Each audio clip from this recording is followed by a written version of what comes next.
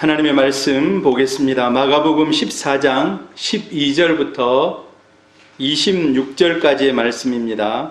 마가복음 14장 12절부터 26절 말씀 제가 봉독하겠습니다. 무교절의 첫날 곧 유월절 양 잡는 날에 제자들이 예수께 여짜오되 우리가 어디로 가서 선생님께서 유월절 음식을 잡수시게 준비하시기를 원하시나이까 하매 예수께서 제자 중에 둘을 보내시며 이르시되 성내로 들어가라. 그리하면 물 한 동이를 가지고 가는 사람을 만나리니 그를 따라가서 어디든지 그가 들어가는 그 집 주인에게 이르되 선생님의 말씀이 내가 내 제자들과 함께 유월절 음식을 먹을 나의 객실이 어디 있느냐 하시더라 하라. 그리하면 자리를 펴고 준비한 큰 다락방을 보이리니 거기서 우리를 위하여 준비하라 하시니 제자들이 나가 성내로 들어가서 예수께서 준비하시던 말씀대로 만나 유월절 음식을 준비하니라. 저물매 그 12를 데리고 가서 다 앉아 먹을 때에 예수께서 이르시되 내가 진실로 너희에게 이르노니 너희 중에 한 사람 곧 나와 함께 먹는 자가 나를 팔리라 하신대 그들이 근심하며 하나씩 나는 아니지요 하고 말하기를 시작하니 그들에게 이르시되 12 중 하나 곧 나와 함께 그릇에 손을 넣는 자니라. 인자는 자기에 대하여 기록된 대로 가거니와 인자를 파는 그 사람에게는 화가 있으리로다. 그 사람은 차라리 나지 아니하였더라면 자기에게 좋을 뻔하였느니라 하시니라.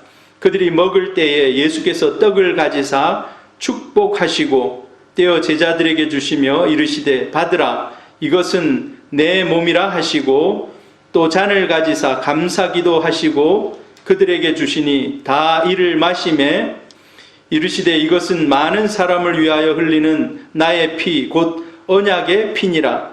진실로 너희에게 이르노니 내가 포도나무에서 난 것을 하나님 나라에서 새 것으로 마시는 날까지 다시 마시지 아니하리라 하시니라. 이에 그들이 찬미하고 감람산으로 가니라. 아멘. 잠시 기도합니다. 하나님, 사랑하는 성도들 이렇게 영상으로 또 이렇게 현장에서 함께 예배하게 하셔서 감사합니다. 이 자리에 주님이 임재하여 주시고 성령이 역사하셔서 전하는 자나 듣는 자나 은혜의 시간 되도록 하나님이 은혜를 베풀어 주옵소서. 예수 그리스도의 이름으로 기도드리옵나이다. 아멘. 예, 우리 옆에 분들에게 한번 인사했으면 좋겠습니다. 당신은 두고 보기에도 아까운 사람입니다. 예, 당신이 우리 교회 보배입니다. 할렐루야. 예, 이 시간에 영상으로 예배드리는 우리 성도님들이 있을 줄 압니다. 주의 은혜가 시공을 초월해서 영상 예배드리는 여러분들에게도 동일하게 충만히 넘치기를 주의 이름으로 축복합니다. 예, 오늘은 마가복음 44번째 강의 최후의 만찬, 어디서 많이 들어본 그런 소리죠. 최후의 만찬. 오늘 예수님께서 제자들과 함께 하신 최후의 만찬, 마지막 식사라고 할 수 있습니다. 예수님의 마지막 식사라고 할 수 있는데 그러한 최후의 만찬이라는 제목으로 함께 은혜를 나누기를 원합니다. 예수님께서 본격적으로 마가복음 14장을 지나면서부터 순환사가 기록이 되어 있습니다. 예수님의 순환이 본격적으로 이제 마가복음 14장에서 시작이 됩니다. 한 여인이 마리아죠. 마리아가 예수님의 머리에 기름을 붓습니다. 그래서 죽음을 예비한다라고 예수님께서 말씀하십니다. 이 사건이 목요일 날 일어났습니다. 목요일. 그리고 목요일 저녁에 함께 모여서 이제 식사를 하는 겁니다. 제자들과 함께 식사합니다. 보통 유월절 저녁 식사는 가족들끼리 모여서 하든지 아니면 스승과 제자들 특별한 그런 의미를 두고 모여서 말씀을 강론하면서 이렇게 식사를 합니다. 예수님께서도 이 마지막 만찬, 유월절 이 만찬을 특별히 기념하기를 원하셨습니다. 여러분, 유월절은 우리가 알다시피 이스라엘 백성들이 출애굽을 기념해서 마치 우리나라의 8.15 독립절과도 같습니다. 지금은 그 독립절이 크게 막 큰 행사를 많이 하지는 않습니다만 옛날에는 막 모여가지고 다 같이 기념식을 하고 막 이랬던 것을 우리가 기억합니다. 유월절은 오늘 화면에 보듯이 넘어갔다라는 것입니다. 무엇이 넘어갔다는 것입니까? 넘었다는 것입니다. 한문으로, 우리가 이제 한문으로 유월절이거든요. 죽음이 넘어갔다는 것입니다. 애굽에 있는 애굽 사람들은 장자들이 다 죽는데도 불구하고 이스라엘 백성들은 양의 피를 문지방에 발라놨더니 그 죽음이 넘어갔다는 것입니다. 그래서 그것을 기념하기 위해서 패스오버, 영어로는 패스오버, 유월절이라고 합니다. 예수님이 곧 유월절 어린 양으로 이 땅에 오신 줄 믿습니다. 예수님께서 흘리신 피로 말미암아 우리에게는 이제 그 죽음이 넘어갔습니다. 그래서 우리는 천국에서 이 예수를 믿음으로 인해서 예수 그리스도의 그 십자가의 보혈로 인해서 영원히 살 수 있는 줄 믿습니다. 이 유월절 만찬이 예수님 보기에 특별한 의미를 가지고 예수님이 이 특별한 의미를 또 부여하기를 원하셨습니다. 그래서 주님은 제자 둘을 성내로 보냅니다. 약간 이제 좀 어두컴컴해질 때 아니겠습니까? 점심때는 마리아가 그의 머리에 향유를 부음으로 그들이 함께 있었습니다. 그리고 이제 두 제자를 보냅니다. 두 제자를 예루살렘 성내로 보내서 물동이를 지고 가는 사람을 만나게 되면 그 사람 따라가가지고 그 사람 집에 들어가서 주인에게 마치 예약해 놓은 것처럼 우리가 보낼 방이 어디 있냐 하고 물어보라는 것입니다. 그러면 그 집 주인이 큰 다락을 내어줄 건데 우리가 거기서 유월절 식사를 하자라고 이야기를 합니다. 이전에도 예수님께서는 며칠 전에 예루살렘에 입성하실 때 나귀를 타고 입성하셨는데 이와 비슷한 방법으로 예루살렘에 들어가셨습니다. 맞은편 마을로 가봐라. 한 번도 타지 않는 작은 나귀가 있을 것인데 그것을 주인에게 얘기해서 끌고 가져와라. 그럼 내가 그걸 타고 들어가겠다. 그때도 비슷한 이런 경험이었습니다. 또 이번에도 제자들에게 야 한번 가봐라. 그러면 준비된 방이 있을 거다. 그 주인이 오케이 하고 흔쾌히 내줄 거다. 예수님께서 사전에 이런 일들을 지시하시는 이유가 뭘까요? 제자들에게 야 너희들 가봐라. 이미 준비되어 있다라고 말씀하신 것. 예수님은 능력을 가지신 하나님 그분이신 줄로 믿습니다. 주님은 어떤 일이 일어날지 이미 알고 계십니다. 예비되어 있다는 것도 이미 알고 있습니다. 그런데 특별히 이런 능력을 여기서 사용하는 이유가 뭘까요? 가봐라. 그러면 준비되어 있는 방이 있을 것이다 하고 특별한 이런 예지의 능력을 사용하시는 이유가 무엇일까요? 그만큼 이 만찬에 특별성이 있기 때문입니다. 예수님의 마지막 이 만찬에 특별한 의미가 있기 때문에 이 만찬은 특별하고 그래서 이게 어떻게 준비됐는지 너희들이 잘 기억하고 그래서 이 만찬은 계속해서 기독교가 계속해서 이어지는 동안 동일한 방법으로 성만찬 예식이 행해지는 것입니다. 어떤 사람은 이 성경을 읽으면서 예수님의 이러한 예지 능력을 보면서 또 예수 믿지 않는 사람들은 각각 좀 다르게 해석합니다. 이성을 신뢰하는 사람은 이거는 그냥 우연이다. 누군가가 그냥 방 주시오 하니까 이거 쓰세요. 그렇게 했을 것이다. 그러나 우리 신앙인들은 기적의 역사를 믿습니다. 초월의 이런 것들을 우리는 믿습니다. 이 사건에 하나님이 개입하셨다라는 것을 믿습니다. 여러분도 믿으십니까? 이 사건에 하나님이 개입하셨다는 것을 믿습니까? 하나님께서 이 사건을 이미 계획하고 계셨다는 것입니다. 여러분, 우리 삶 가운데도 하나님이 계획하신 일들이 있는 줄 믿습니다. 사실 오늘 우리가 이렇게 영상으로 예배를 드립니다. 오늘 거의 대부분의 성도들이 영상을 통해서 지금 예배 드리고 있는지 모르겠는데 나중에라도 예배를 드렸으면 좋겠습니다. 유튜브, 참 하나님이 어찌 보면은 유튜브에 여러 가지 많은 것들이 들어있지만 이 좋은 그런 컨텐츠들도 많거든요. 이제 코로나19로 인해서 우리가 대면 예배를 참 이 국가에서 거리두기로 인해서 우리가 예배를 잘 드리지 못합니다. 그래서 참 지난 2주 동안에 마음이 참 많이 무거웠습니다. 어떻게 하면 예배를 정상화시킬 수 있을까?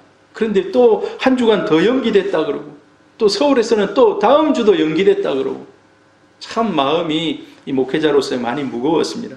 그런데 하나님께서 이런 기회에 우리에게 한 단계 더 도약할 수 있는 그런 은혜를 주신 줄 믿습니다.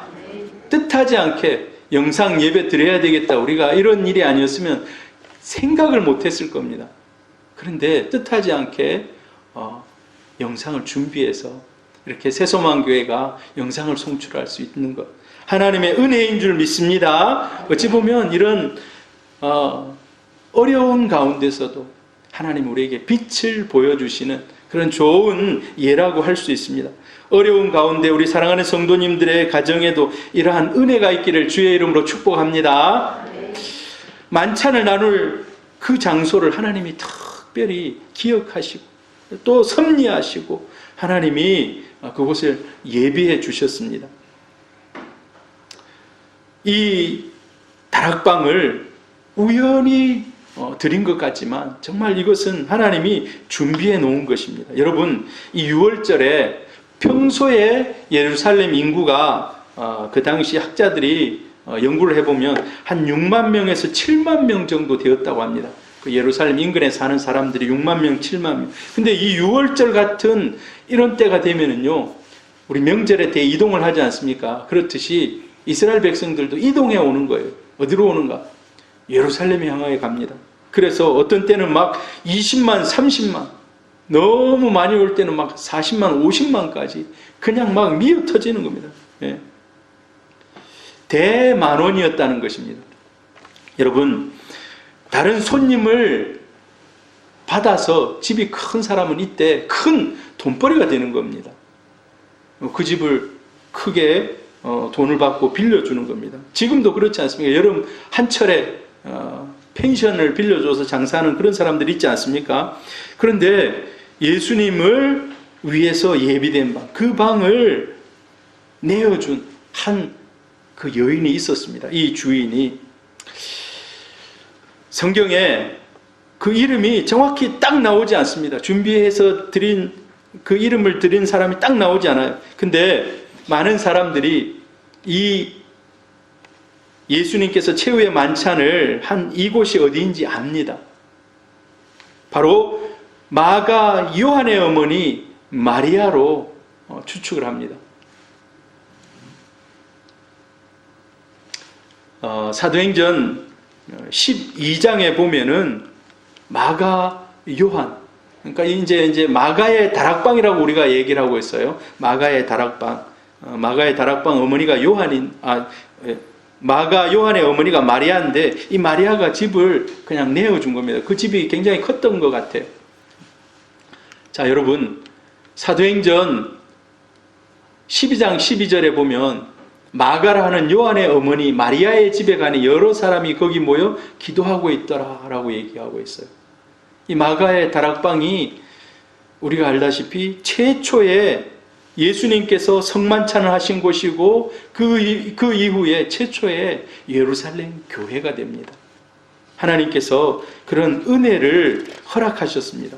예수님이 이 마가의 다락방에서 성만찬을 하십니다. 만찬을 하시고 나중에 제자들에게 십자가에 죽으시고 부활하셔서 마지막 지상명령을 합니다. 너희들은 이 예루살렘을 떠나지 말로 이곳에 있으라는 것입니다. 이곳에 있어서 기도하고 성령을 받으라는 것입니다. 이 제자들이 나중에 120명이 모여서 어디에서 기도했겠습니까? 바로 이 예수님의 만찬을 했던 이 장소에 모여서 다시 기도한 것입니다. 그리고 그곳에 성령의 은혜가 임한 줄로 믿습니다. 어찌 보면요, 단순하게 방을 내드렸는데 그곳이 교회가 되었다는 것입니다. 할렐루야. 예. 이 두 사람이 가가지고 그곳에 방을 얻어 보러 갑니다. 방을 얻으러 두 사람이 가요.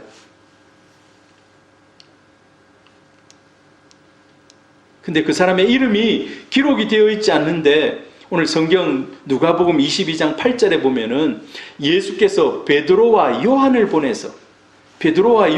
두 사람을 보내가지고 그 다락방을 찾아보라고 한 겁니다. 만찬을 할 그 집을 찾아보라고 한 겁니다. 그런데 놀라운 것은요, 이 베드로가 나중에 특별히 마가와 깊은 관계를 쌓습니다.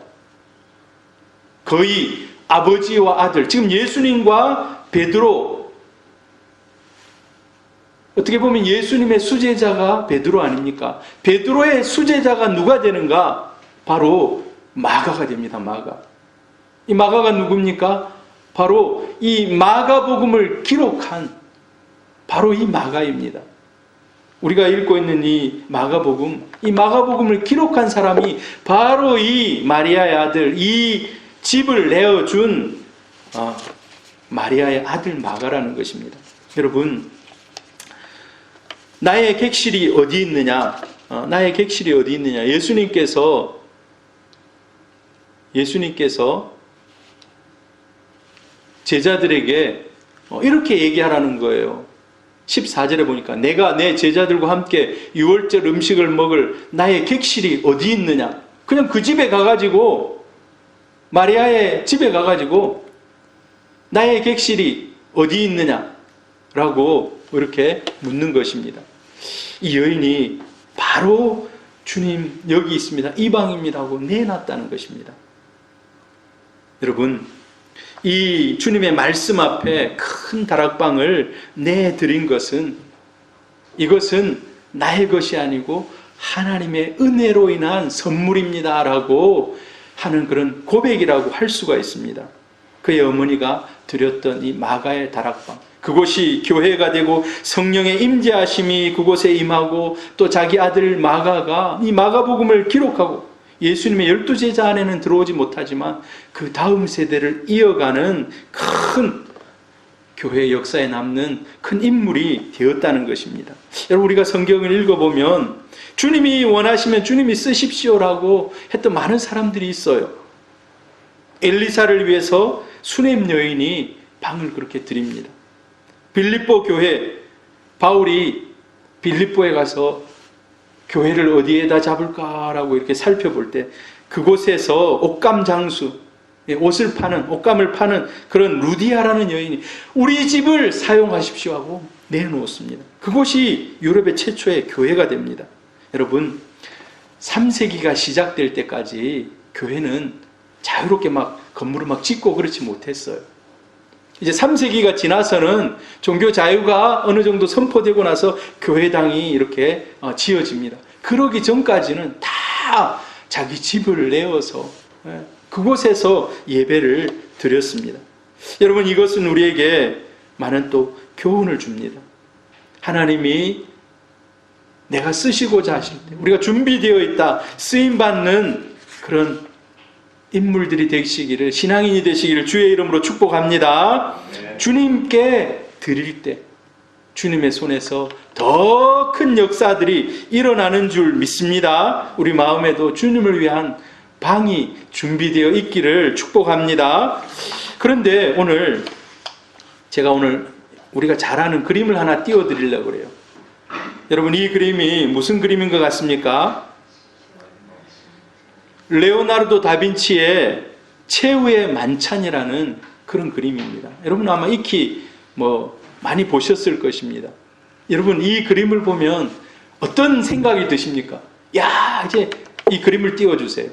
이 그림을 보고 야, 이 사람들이 굉장히 기뻐하는구나라고 생각되십니까? 아니면 여러분 자세히 보시면 이 사람들이 지금 뭔가 동요하는 것 같습니까? 이 그림은요, 사실 제자들이 굉장히 동요하는 그림입니다. 동요하는 그림이에요. 이게 막 기뻐가지고 야, 우리 이제 맛있는 거 먹읍시다 막 이런 그림이 아니에요. 이 그림이 레오나르도 다빈치가 이 그림 최후의 만찬을 그릴 때 이 그림은요, 방황과 배신과 이 사람들이 지금 막 놀라는 이런 것들을 표현한 그림입니다. 이 그림이 사실은 내용이. 자, 여기서 제일 당황한 사람은 누구겠습니까? 가룟 유다일 것입니다. 가룟 유다. 제가 여기 노랗게 동그라미 쳤는데 보이는지 모르겠습니다. 가룟 유다. 이 가룟 유다 손에는요, 돈이 잡혀 있어요. 돈주머니가 있어요. 그 앞에는 소금이 쏟아져 있어요. 보면은 레오나르도 다빈치가 그림을 그릴 때 손에는 돈주머니, 앞에는 소금이 쏟아져 있는데 막 놀라가지고 지금 당황하는 얼굴로. 그 다음에 그 옆에는 베드로가 그려져 있는데 베드로는 손에 칼을 들고 있어요. 손에 칼을. 여러분 아셨어요? 손에 칼을 들고 있는 거? 손에 칼을 들고 있어요. 레오나르도 다빈치가 어떤 의미에서 저렇게 그랬는지 모르겠지만 사실 이제 이 일을 읽고 나서 이날 저녁에 사실 베드로가 이 칼을 사용해서 말고의 길을 잘라버립니다. 그래서 아마 연관시켜서 저 그림을 저렇게 그렸는지 모르겠는데 이 그림 속에는 기쁨의 장면이 아닙니다. 왜 기쁨의 장면이 아닙니까? 예수님이 바로 청천벽력과 같은 이런 말씀을 하셨습니다. 다 같이 한번 읽어볼까요? 그들에게 이르되 12 중에 하나 곧 나와 함께 그릇에 손을 넣는 자니라. 나를 팔자가 있는데 누군가가 12명 중에 나와 함께 손을 넣는 그 사람이 나를 팔 것이다. 그러니까 제자들이 이제 아까 그 그림에 보면 나는 아니죠 하면서 막 이렇게 당황하면서 막 나는 아니다고 이렇게 부인하면서 막 이런 그림이 바로 저 그림입니다. 어찌 보면요, 예수님이 마지막 일주일을 보내시면서 굉장히 번민하고 고뇌하고 막 이런 한 주간이었습니다. 제자들은 그때까지 십자가에 달리는 그 순간까지 제자들은 그걸 몸소 깊이 체험하지 못했어요. 예수님의 그 마음을. 근데 예수님은 이미 그 장면을 보고 있었기 때문에 예수님 마음이 굉장히 번민이 가득했습니다. 마지막 일주일. 그리고 이제 이 장면이 끝나고 겟세마네 동산에 가서 기도하시는 겁니다. 땀이 피가 될 정도로 기도하시는 겁니다. 예수님이 어떻게 보면은 참 다른 이 땅에 왔던, 이 땅에 우리가 성인이라고 하는 사람들이 많이 있습니다. 그 중에서 예수님의 마지막 장면은 굉장히 불행합니다. 왜 그렇습니까? 제자가 그를 배반합니다. 배반. 여러분 혹시 배반 당해 보셨습니까? 배반 당할 때 어떻습니까?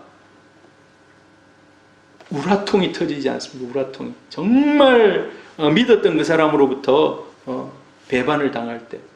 여러분, 세상에 성인으로 알려진 사람들이 마지막에 죽을 때 이렇게 크게 배반을 당하는 그런 사람 없어요. 그런데 예수님께서는 이런 배반을 당하며 그 고난의 길을 가신 것입니다. 여러분 어찌 보면요, 이 장면, 오늘 최후의 만찬 이 장면은 우리에게 깊은 의미를 전달합니다. 어떤 의미를 우리에게 또 전달해 줍니까? 너도 유다처럼 배신하겠느냐? 이 경고를 우리에게 주시는 겁니다. 우리는 매일 순간순간 예수냐 세상이냐를 선택하며 살아야 됩니다. 유다처럼 손으로는 돈주머니를 움키고 있으면서 다른 손으로는 주님의 식탁에 손을 뻗는, 주님과 함께 하고자 하는 이 두 마음이 우리 마음속에 언제나 싸우고 있는 겁니다. 여러분, 예수 그리스도를 붙잡는 여러분들 되기를 축복합니다. 유다만이 예수님을 죽였다고 우리는 생각하지 않습니다. 유다 때문에 예수님이 죽었습니까? 아닙니다. 유다가 그런 1차적으로 예수님을 팔기도 했지만, 그러나 예수님이 죽는 것은 곧 우리의 죄 때문입니다. 우리의 죄 때문에. 요즘의 세상이 교회를 굉장히 이상한 눈을 가지고 쳐다보고 있습니다. 온통 TV를 틀면요, 뉴스를 보면 교회 얘기가 빠지지 않아요. 교회. 그런데 이 교회가 긍정적인 이미지를 가지고 비춰집니까? 아니면 부정적인 이미지를 가지고 비춰집니까? 저는 그런 생각이 들어요. 계속해서 TV에, 뉴스에 교회가 조롱거리가 되고, 교회 때문에 코로나가 더 번진다는 이런 얘기를 하는 얘기를 들을 때, 우리가 계속해서 예수 그리스도의 십자가에 계속해서 못을 받고 있구나. 여러분은 어떻게 생각하는지 모르겠습니다. 어떤 사람들은 세상이 교회를 미워해서 당연히 그러는 거 아닌가라고 얘기하기도 합니다. 그러나 예수 그리스도가 세상 사람들의 입에 그냥 오르내리면서 욕먹는 것, 여러분, 하나님이 결코 기뻐하지 않을 것이라고 생각합니다. 여러분, 우리가 실수는 할 수 있습니다. 하나님은 실수하시면 그것도 용서해 주실 수 있습니다. 그런데 조건이 있습니다. 회개할 때 우리가 실수할 수 있어요. 실수해서 예수 그리스도의 십자가에 못을 더 박는 그런 일이 있을 수 있습니다. 그러나 회개하지 않는다면 유다와 같은 그런 꼴이 되고 맙니다. 그러나 회개한다면 하나님이 다시 받아주시고 우리를 다시금 하나님의 자녀로 인정해 주실 줄 믿습니다. 근데 오늘 이 성경을 읽으면서 우리가 마음속에 드는 한 가지 의문이 있습니다. 어떤 의문이 있습니까? 예수님이 이미 알고 있는 겁니다. 유다가 손을 함께 넣어서 나를 팔 거다라고 알고 있는 거예요. 여러분, 우리가 알고 있으면 어떻게 해야 됩니까? 여러분 자녀가 이걸 해가지고 잘못된 걸 안다. 그러면 어떻게 합니까? 말립니까? 안 말립니까? 안 말릴 겁니까? 일단 말려야죠. 그 아이가 그냥 계속해서 밀고 나가서 그렇게 사고를 친다. 그러면 어쩔 수 없지만 일단은 말려야 되잖아요. 예수님께서 근데 안 말렸어요. 안 말렸다니까요, 여러분. 예수님께서. 우리의 생각 속에 예수님께서 왜 말리지 않았을까? 12 중 하나 곧 나와 함께 그릇에 손을 넣는 사람이 나를 배신할 것이다 라고 얘기했는데 주님은 알고 계셨는데 적극적으로 말리지 않았다는 것입니다. 저는 여기서 이런 생각을 한번 해봐요. 하나님의 주권과 인간의 자유의지. 하나님의 주권과 인간의 자유의지. 성경에서는 하나님의 주권을 굉장히 강조합니다. 동시에 인간의 책임성도 강조합니다. 그런데 이 둘이 어떻게 조화를 시킬 수 있는가? 이 둘을 어떻게 조화시킬 수 있을까요? 우리가 기본적으로 예수 믿는 사람들, 신앙인들의 기본적인 마인드는 모든 것은 하나님의 주권 하에 있다는 것을 믿어야 합니다. 할렐루야. 모든 것은 하나님의 주권 하에 있는 줄 믿습니다. 하나님이 세상을 일주일 창조하시고 놀고 자고 쉬고 있는 것이 아니에요. 계속해서 섭리하시고 운행하시고 역사하시는 줄로 믿습니다. 그런 가운데 악과도 싸우는 이러한 일들이 일어납니다. 그런데 어찌 보면은 유다를 그냥 방치해 두십니다. 유다를 방치해 두셔요. 여기서 막아야 되는데 인간 같으면 이거 계속 비추세요. 나를 비추지 마시고. 성도들이 너무 어지러워합니다. 이거 비춰주세요. 하나님이 유다를 적극적으로 막아야 되는데 안 막는다는 거예요. 그냥 너의 자유의지대로 해라라고 하는 거예요. 하나님은요, 인간의 자유의지를 존중하십니다. 인간의 자유의지를. 만약에 인간의 자유의지를 진짜 딱 막아야 됐다라면 어느 순간부터 막아야 됐겠습니까? 선악과를 따먹는 그 순간부터 하나님이 개입하셔서 막아야 돼요. 그런데 하나님 그걸 허용하십니다. 선악과 그냥 따먹는데 자유의지를 허용하십니다. 하나님은 인간의 선택을 존중해 주십니다. 여러분의 선택을 하나님 굉장히 존중해 주십니다. 어떤 것을 선택하든 하나님 존중해 주십니다. 그렇기 때문에 우리는 바른 선택을 할 수 있기를 바랍니다. 하나님은 인간의 자유의지를 포기하지 않으시고 그냥 그 자유의지대로 하나님 놔두실 때가 많아요. 때로는 강권적으로 개입하시기도 하지만 극히 드문 현상입니다. 하나님 그냥 자유의지를 허락해 주십니다. 그런데 중요한 것은 자유의지에 대한 책임은 인간이 져야 한다는 것입니다. 책임은 져야 한다는 거예요. 이 굉장히 중요해요. 그런데 더 중요한 것은 인간이요 완벽하게 예수 믿는 사람이라고 해서 완벽하게 옳은 선택만 하는가? 그럴 수 없어요. 때로는 실수합니다. 때로는 오류를 범합니다. 그러면 하나님이 그냥 오류 범했으니까 그걸로 끝하고 그냥 그대로 밀고 나가시는가? 하나님 그렇게 하지 않는다는 것입니다. 인간의 선택이 가져오는 온갖 악과 실패에도 불구하고 하나님 협력하여 뭐를 이룬다고요? 선을 이루신다는 겁니다. 하나님 협력해서 선을 이룬다는 겁니다. 여러분, 유다가 예수를 팝니다. 이것을 계기로 하나님은 십자가의 구원 사역을 이루어 가십니다. 할렐루야! 저와 여러분이 잘못한 그런 선택이 있었다면 우리 회개할 수 있기를 바랍니다. 우리가 기도할 것이 있어요. 잘못한 선택이 있었다면 하나님 이 선택이 실패해서 실패로 끝나지 않게 하시고 실패가 하나님 복이 되는 그런 은혜가 있게 해주옵소서. 하나님이 이 사이에 많은 수없이 많은 역학관계가 일어나겠지만 하나님 결국에는 협력하여 선이 일어나는 그런 역사 일어나게 해주십시오. 저와 여러분이 이렇게 기도해야 될 줄로 믿습니다. 그리고 이제 성만찬이 시작이 됩니다. 최후의 만찬이 시작이 돼요. 이 최후의 만찬은 그냥 식사 같이 하는 정도가 아닙니다. 식사 같이 하는 정도가 아니에요. 그냥 우리 이제 모여서 밥 먹자. 배고프다. 6월절 마지막 이제 우리 밥 먹어야지 하고 모여서 밥 먹는 그런 정도가 아니었다는 것입니다. 예수님이 빵을 뜯어주십니다. 포도주를 부어주십니다. 그리고 나눕니다. 그런데 예수님께서 이 마지막 식사 가운데 가장 큰 의미를 부여해 주십니다. 어떤 의미를 부여합니까? 이 빵은 빵이 아니고 내 몸이다 라고 얘기합니다. 이 포도주는 그냥 포도주가 아니라 내 피다라고 얘기합니다.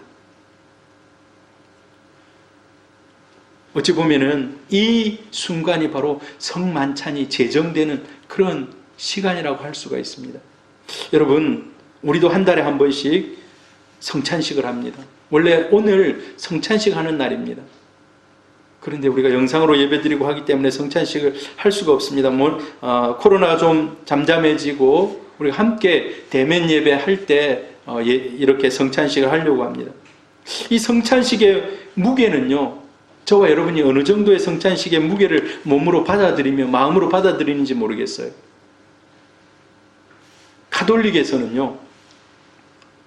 카톨릭에서는 화채설이라는 것을 믿습니다. 화채설.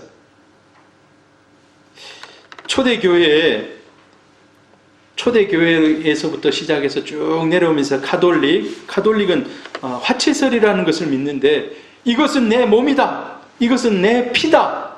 라고 예수님이 말씀하셨는데 성찬식을 하는 빵과 포도주가 예수님의 피와 살이라는 것을 그대로 믿는 겁니다.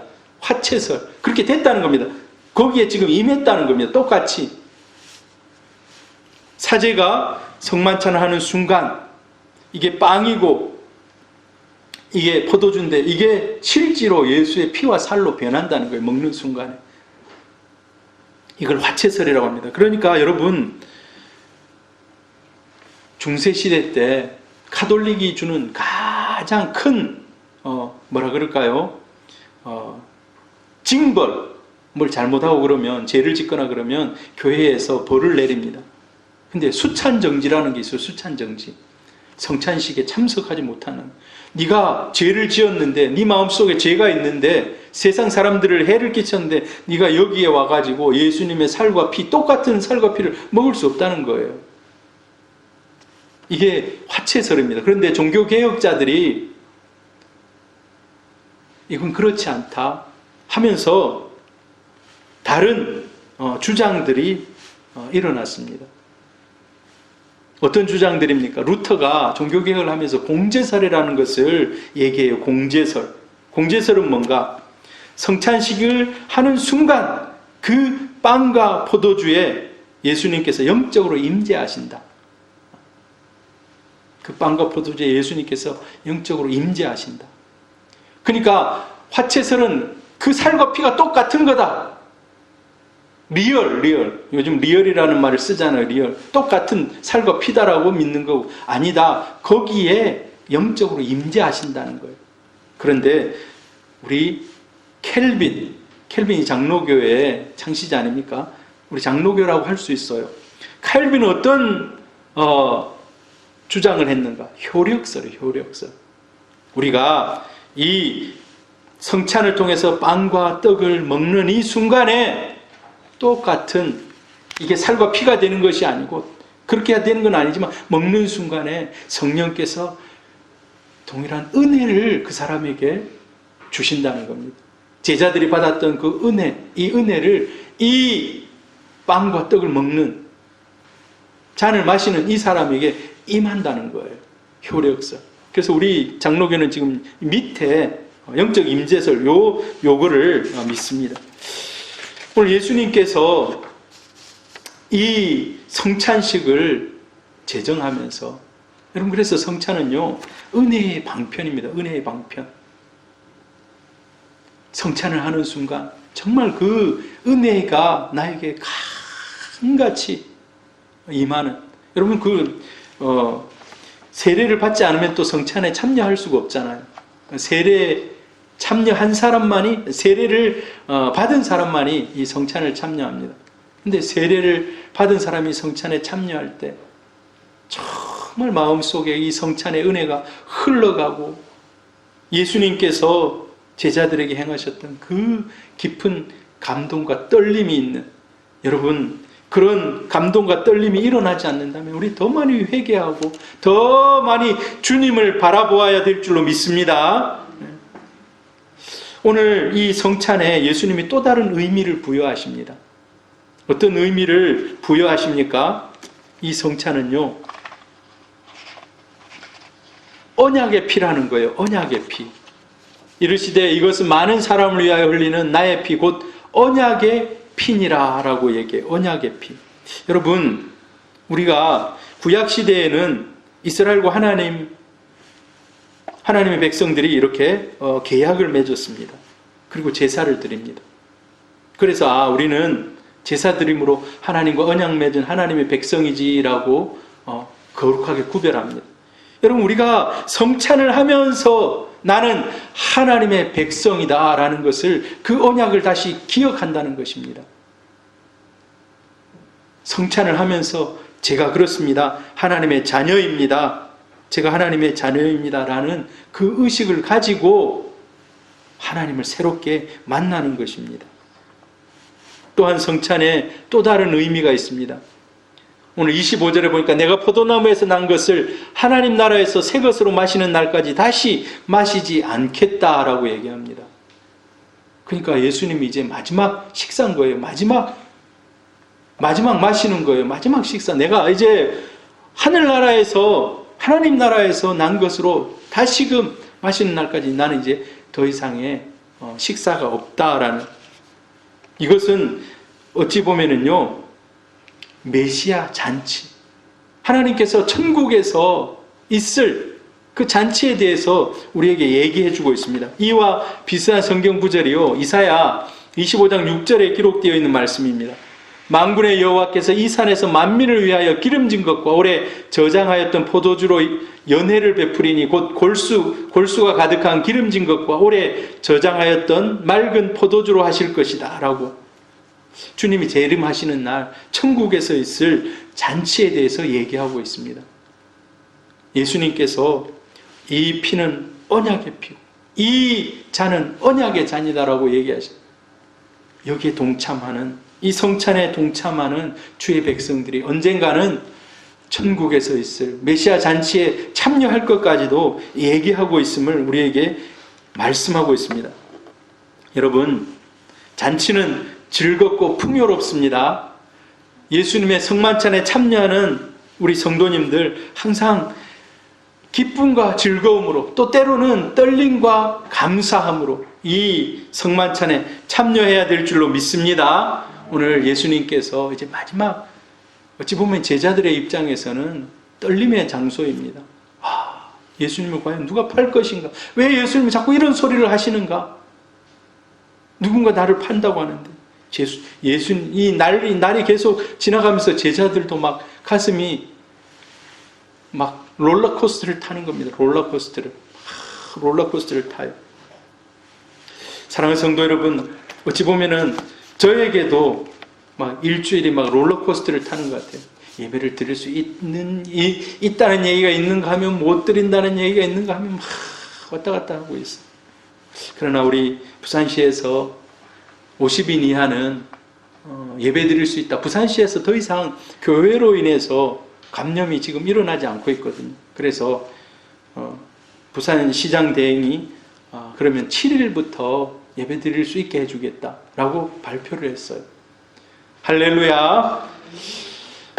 이런 발표가 중요한 것이 아니라 이제 우리가 완전히 온전하게 이 코로나로부터 자유롭게 돼서 마음껏 예배할 수 있는 그날이 오기를 여러분, 저와 여러분 기도할 수 있기를 바랍니다. 오늘 여러 가지 예수님의 마지막 시간들을 우리가 살펴봅니다.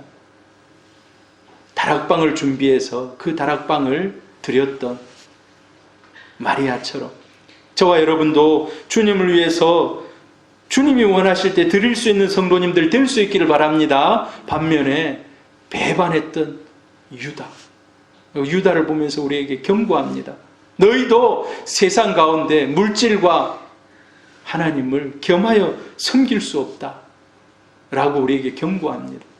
그리고 성만찬에 참여하는 저와 여러분은 언약의 백성이고 하나님의 천국잔치에 참여할 수 있는 하나님의 백성이라는 것을 우리에게 일깨워 줍니다. 우리는 때로는 이런 상징들이 없으면 희미하게 신앙생활을 할 수 있어요.